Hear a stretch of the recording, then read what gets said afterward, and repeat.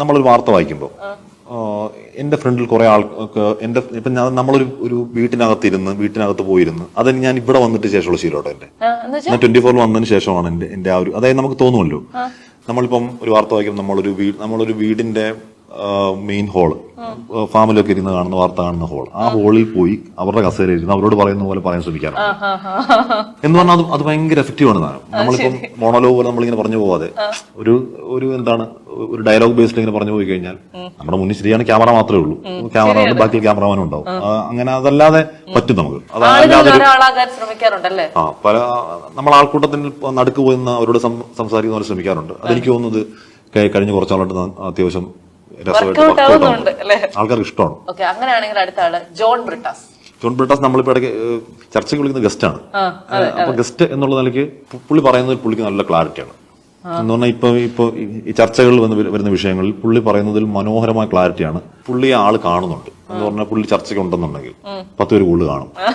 ഇപ്പൊ rating based ആണെങ്കിൽ 10 പേര് കൂടുതൽ കാണും. കാര്യം അത് ഇപ്പൊ ആ വിഷയത്തിൽ വളരെ വലിയ ക്ഷുഭിതനാവാതെ തല്ലുണ്ടാക്കാതെ വളരെ മനോഹരമായി അടുക്കടുക്ക് ഇപ്പൊ ഏറ്റവും ഒടുവിൽ ഞാൻ സാറിന്റെ കൂടെ ചർച്ചയ്ക്ക് ഇരിക്കുന്നത് ബജറ്റിനാണ്, നമ്മുടെ കേന്ദ്ര ബജറ്റാണ്.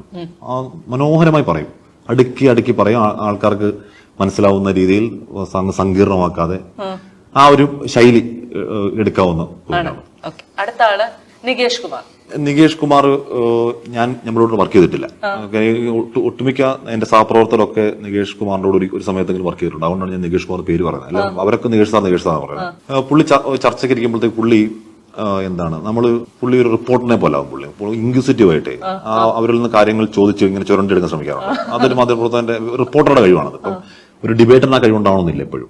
അപ്പൊ എനിക്കൊന്നും അങ്ങനെ ഒരു വിഷയത്തിനകത്തോട്ട് പോയി പിക്ക് ചെയ്യുക എന്ന് പറയുന്നത് അതെന്താണ് വാർത്തയെക്കുറിച്ചുള്ള അത്ര നല്ല അവബോധം ഉണ്ടെങ്കിൽ മാത്രമേ പറ്റുള്ളൂ. അത് സാറിന് പിക്കാൻ പറ്റും, നികേഷ് കുമാറിന് പിക്കാൻ പറ്റിയ സാധനമാണ്.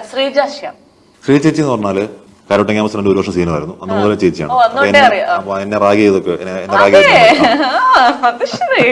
എന്താണ് ഇപ്പൊ ചിരിച്ച മുഖത്തോടുകൂടി എന്തും പറയും. ചിരിച്ച മുഖത്തോടുകൂടി പ്ലസന്റ് ആയിട്ടങ്ങ് ഇരുന്നിട്ടേ മാതൃഭൂമിയിലുണ്ട്. മാതൃഭൂമി ഞങ്ങൾ ഒരുമിച്ച് 8 വർഷം വർക്ക് ചെയ്തിട്ടുണ്ടാണ്.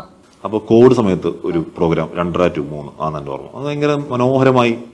ആ കോവിഡ് സമയത്ത് വല്ലാത്തൊരു സമയമാണല്ലോ, ഒരു സങ്കടത്തിന്റെ സമയമാണ്. ആ സമയത്ത് കാര്യങ്ങൾ വളരെ സരസമായിട്ട് കൈകാര്യം ചെയ്യുന്ന ചിരിച്ച ഒരു ആങ്കറാണ് എപ്പോഴും. അത് നമുക്ക് പലപ്പോഴും പറ്റാറില്ല, എനിക്ക് പലപ്പോഴും പറ്റാറില്ല. കാര്യം നമ്മൾ ഈ വാർത്ത കയറിയിരിക്കുമ്പോഴത്തേക്ക് വാർത്തയുടെ ഗൗരവം ഉൾക്കൊള്ളും. ദേഷ്യം വരുമ്പോഴത്തേക്ക് നമ്മൾ ആ ദേഷ്യം പുറത്ത് കാണിക്കും, ദേഷ്യമൊക്കെ പുറത്തും കാണിക്കും. ശ്രീ ചേച്ചിക്ക് ദേഷ്യം വന്നാലും ഒരു ചിരി എപ്പോഴും മുഖത്തുണ്ടാവും. അതൊരു നല്ല ക്വാളിറ്റി തോന്നിയിട്ടുണ്ട്.